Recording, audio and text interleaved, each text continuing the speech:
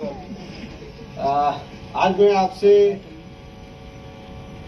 दो चार बात करेंगे, फिर आपसे भी मैं इंटरेक्ट करूंगा, क्योंकि अब आप उस पॉइंट पे पहुंच गए जब हम लोग प्रोफेशनली हम लोग बात करते हैं, है ना। प्रोफेशनली जब होते हैं, प्रोफेशनली बात करते हैं, और बहुत सारे ऐसी चीज़ें होती हैं जो हम लोग को प्रोफेशनली सॉल्व करना पड़ता है। फॉर एग्जांपल मैं आपको जो बता रहा हूँ कि मैं पैन कंसल्टेंट इंडिया लिमिटेड से जुड़ा हुआ हूँ, और मैंने दो काम, अभी बहुत बड़ा काम किया। एक तो आपका उत्तराखंड में चारधाम रोड जो था उसका जियोटेक इंजीनियर में रहा, तो वहाँ पर भी मैंने बहुत सारे चैलेंजेस फेस किया। और अभी जो एक बुलेट ट्रेन का ट्रैक बन रहा है अहमदाबाद टू मुंबई, तो उसका भी एक घटना मैं आपसे शेयर करना चाहूँगा। इट इज़ अनऑफिशियली, बट ये बहुत ही नेचुरल चल रहा है, जिस पे भी बहुत ज़्यादा प्रॉब्लम हो रही है। और आप समझ रहे हैं कि सिविल इंजीनियरिंग वैसा नहीं है जैसा कि हम आपको 4 साल में पढ़ाया। फ्रैंकली स्पीकिंग, जो हमने पढ़ाया आप लोग को, या आप लोगों ने जो पढ़ा है, वो सिविल इंजीनियरिंग नहीं है। ये भी मैं आपको कंफर्म कर रहा हूँ कि सिविल इंजीनियरिंग नहीं है। It is a part of civil engineering, 100% civil engineering नहीं है। तो मैं पहले आपको एक बात जरूर बताऊंगा, एज ए सिविल इंजीनियर आपको क्या सोचना चाहिए और आपको फील्ड में कैसा रहना चाहिए। आपको पता है हमारी जो पूरी बॉडी है, it is A engineering college. आप इसको जीएल बजाज बोल दे, या कोई आईआईटी बोल दे, एनआईटी बोल दे, आप बता सकते हैं कैसे। हमारे अंदर सब कुछ है, सारे इंजीनियरिंग कॉलेज जो है हमारे अंदर ही है। अब मैं अगर आप एक एक करके बात करता जाऊंगा तो आप लोग उसके बारे में समझ जाएंगे। ब्रेन क्या है? Brain is represent to computer science program, सारे ऑपरेटिंग सिस्टम। आपके कान, टांग, आंखें, ये क्या है? No, it is information technology. IT branch है। देखिए आईटी ब्रांच का पूरा कंसेप्ट अगर आप पूरा सिलेबस देखेंगे ना, तो इसी और स्किन जो सेंसर्स, जो स्किन नहीं, ये आँख, नाक और कान, ये हमारा इंफॉर्मेशन टेक्नोलॉजी। स्किन ये क्या है? स्किन जो है क्या चीज होता है? स्किन है और बॉडी पार्ट, इस सेंसर से जुड़ा हुआ है। ये क्या है? Electronics and communication. पावर, जो हम खाना वाना खाते हैं उसके बाद पावर जो मेटाबॉलिज्म में होता है, एटीपी से एटीपी बनता है, इलेक्ट्रिकल इंजीनियरिंग। हाथ पैर चलाते हैं, मैकेनिकल इंजीनियरिंग। फंडामेंटल देखिए वही है, ठीक है। और उस सारे चीजों को अगर समेट के कोई रखा है, कोई अपने में बना के रखता है, तो कौन है? Civil engineering, structure. तो इसलिए ये चीज मैं आपको इसलिए बता रहा हूँ कि जब भी हम लोग फील्ड में काम करते हैं, बहुत सारी चीजें प्रॉब्लम होती है ना, तो हम लोग, ऐसा नहीं होता है कि वहाँ पे हम एज ए सिविल इंजीनियर काम कर रहे हैं और सिविल इंजीनियरिंग की प्रॉब्लम को हम सॉल्व कर दें, उससे रिलेटेड सॉल्व करते हैं। हमें हर ब्रांच से जुड़ा रहना पड़ता है और हर ब्रांच से हमें कम्युनिकेट करना पड़ता है। फॉर एग्जाम्पल मैं आपको बता रहा हूँ कि जो अभी बुलेट ट्रेन आप देख रहे हैं लेटेस्ट, उसमें अभी डिले हो रहा है, बहुत जबरदस्त डिले हो रहा है, क्योंकि उसकी सारी डिजाइनिंग जो है कंप्लीट है। 99% वो कंप्लीट हो चुका है, ट्रैकिंग पूरा कंप्लीट है।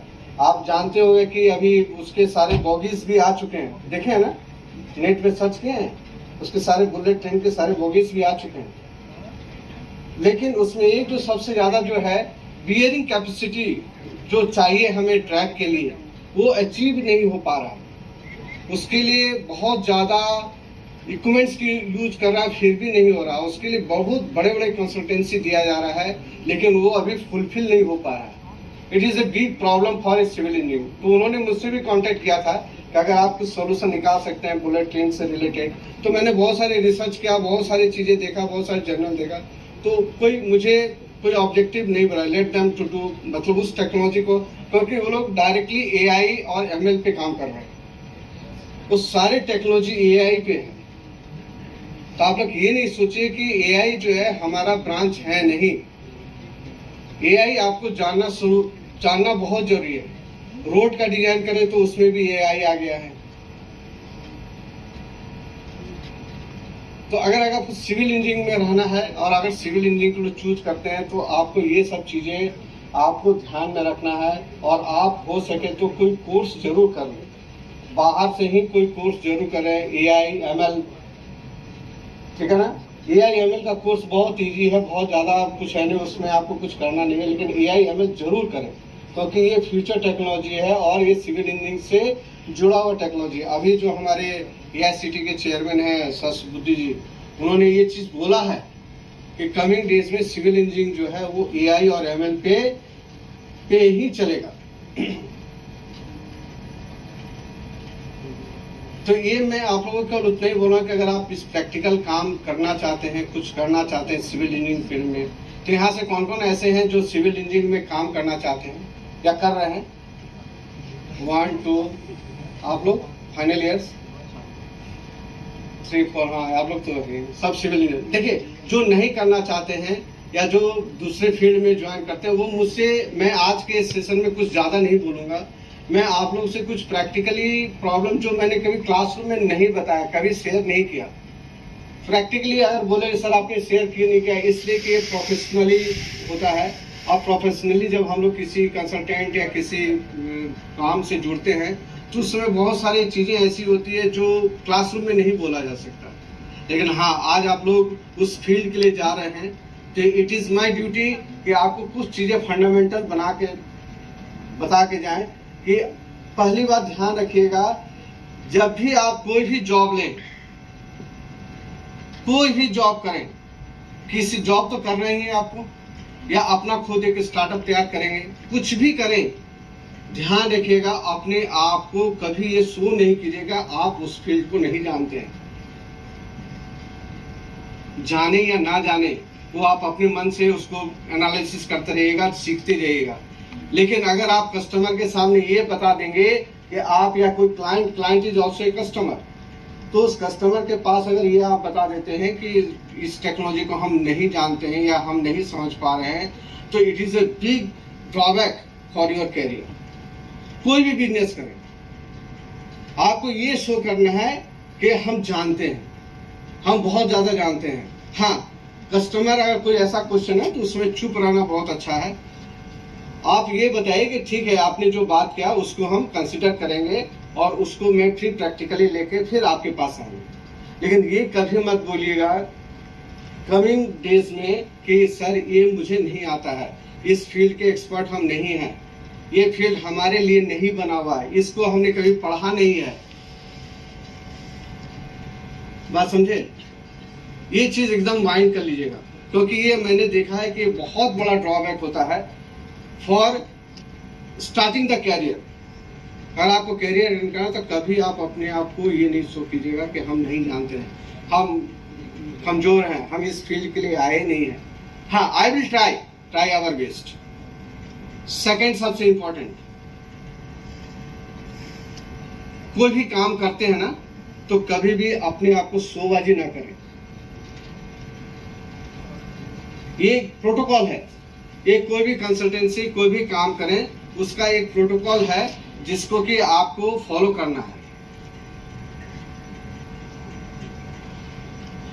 ये आपको फॉलो करना है कि आपको शोबाजी नहीं करना है। आई नो वेरी वेल, हम ये काम कर देंगे, मेरी बात को समझ गए? कभी नहीं, क्योंकि आजकल का जो प्रोफेशनल है आपको लगता है कि हम ऐसा बोलेंगे तो मेरे क्लाइंट्स बहुत ज़्यादा इंप्रेसिव हो जाएंगे, हमें वो अच्छा काम देंगे और हमें ज़्यादा से ज़्यादा हमें पैसा देंगे, या कुछ ऐसा कुछ फीलिंग हो जाता है। वह इंटरव्यू में आप ज़्यादा से ज़्यादा इंप्रेस करने के लिए ट्राई करते ना, कभी नहीं, ये कभी नहीं शोबाजी करेंगे। और ये शोबाजी से आपका कैरियर खराब हो सकता है, आपका इमेज खराब हो सकता है और फिर आप इस चीज के लिए भुगतना आप ही को पड़ेगा। ठीक है? और थर्ड जो सबसे इंपॉर्टेंट है, कहीं पर भी जाएं तो वेल ड्रेस हो गए। बात समझ रहे हैं? ड्रेस मतलब अच्छे से पहनाव होना चाहिए, अच्छा स्मार्ट लुकिंग होनी चाहिए। जो भी आपको लगता है, जो रिसेंट ट्रेंड चल रहा है, जो भी रिसेंट ट्रेंड चल रहा है, आपका ड्रेसअप बहुत अच्छा होना चाहिए। मतलब बहुत ज़्यादा, मतलब ऐसा नहीं कि जैसे हमारे फिल्मी स्टार पहनते हैं वैसा नहीं होना चाहिए, but it should look like a good person. ये हम लोगों को, जब हम लोग क्लाइंट्स पे बात करते हैं ना, जैसे हमारे पास जब मैं चारधाम यात्रा पे था उस समय गडकरी जी आए थे, और आप लोगों ने सुना होगा कि उनका एक स्टेटमेंट है कि अगर किसी ने पैसा लिया, किसी ने घूस लिया, तो उसको हम रोलर पे चढ़ा, रोलर के अंदर दबा देंगे। शायद ये स्टेटमेंट आपने सुना होगा। एक बहुत गडकरी जी का एक बहुत बड़ा स्टेटमेंट आया था कि अगर कोई इंजीनियर, सिविल इंजीनियर पकड़ा गया पैसा लेते लेते, तो उसको रोलर पे चढ़ा दूंगा। लेकिन ना तो उन्होंने रोलर पे कोई इंजीनियर चढ़ा और ना इंजीनियर ने अपना दस्तूर छोड़ा। दोनों काम चल रहा है, चलता रहा, चलता रहेगा। बात समझे? तो ये सब चीजें जो है, अब क्वेश्चन ये आता है कि जब उनसे बातें हो रही थी, बहुत सारी बातें हो रही थी, तो उसमें लैंडस्लाइड का सबसे ज्यादा इंपॉर्टेंट होता है। उस एरिया में लैंडस्लाइड बहुत ज्यादा होता है और सॉइल की जो बेयरिंग कैपेसिटी होता है बहुत ही कम होता है। तो उन्होंने उस पर बहुत हो नहीं रहा था नेचुरली। वो जो हम लोग जिस रोड को बना रहे थे वो रोड सक्सेस नहीं हो रहा था। तो गडकरी जी खुद आए थे और उन्होंने ड्रोन से सारा जगह का सर्वे कराया, और उसको फिर हम लोग से पूछा कि आखिर इसमें क्या क्या प्रॉब्लम आ रही है। तो आप देखिए, मिनिस्टर ऐसा नहीं होता कि गडकरी जी को कुछ नहीं आता है, उसको कुछ भी कौवे को कोयल बना दे तो समझ जाएंगे, ऐसा नहीं। वो लोग बहुत टीम उनकी आती है और बहुत सेलेक्टिव टीम आती है। तो हमेशा ध्यान रखिएगा, जितना जानते हैं, जितना नेचुरल फीलिंग करें, कोई भी काम करें ना, कोई भी काम करें आप उसको नेचुरल फील करें। नेचुरल फील नहीं करेंगे तो आप जिंदगी में तरक्की नहीं कर सकते। कुछ भी काम करें उसके साथ अपना नेचुरल फीलिंग जरूर रखें। फीलिंग ऐसा नहीं है बिजनेस मॉडल बनता है, हम बहुत ज्यादा स्मार्ट हैं, हमें कुछ मिल जाएगा, नहीं। अगर मान लीजिए मैं कोई मोबाइल ही बना रहा हूँ, मोबाइल कंपनी हम तैयार करना चाहते हैं, या कोई भी मैन्युफैक्चरिंग करें, उसके साथ जो है ना दिल से जुड़िएगा।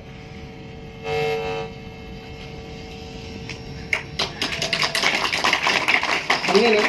तो ये 3-4 प्रोटोकॉल्स जो होता है, ये हम लोग मेंटेन करते हैं, आज भी मेंटेन करते हैं। आप लोग के सामने जो भी जैसा भी हम लोग बोलते हैं वो हमारा रियल पिक्चर नहीं होता है। हम चाहते हैं कि आप लोग पढ़े लिखे अच्छे बने, उसके लिए ताम दाम दंड भेद जो भी कुछ करना पड़ता है करते हैं। ये धमका देंगे, ये कर देंगे, फलना कर देंगे, वो कर देंगे, ये तो हम लोग की भाषा है, ट्रेडिशनल भाषा है ना। लेकिन अब आपको अपने ढंग से सोचना है, ठीक है? तो मेरी बातों को ध्यान रखिएगा और होप सो आप लोग इस चीज को कमिंग डेज में फील भी करेंगे, ठीक है? आप लोग आए और हमारे जूनियर्स, आपके जूनियर्स के साथ इंटरेक्ट किया, बहुत अच्छा लगा। ये लोग बहुत दिनों से प्रिपेयर कर रहा था, तो आप लोग को देख के बहुत अच्छा लग रहा है। फिर प्रोग्राम होने दीजिए, उसके बाद मन में अगर कुछ आएगा तो जरूर पूछेंगे। और आप लोग अगर कुछ पूछना चाहते हैं कि सर आपने तो ऐसा किया था, वैसा किया था, मुझे पता है कि मैंने सबके साथ बहुत ही रूड व्यवहार किया है। I accept it. मैंने आप लोगों को बहुत ज्यादा जैसे वो किया है, मुझे पता है। ये क्या है, मजबूरी है हमारी।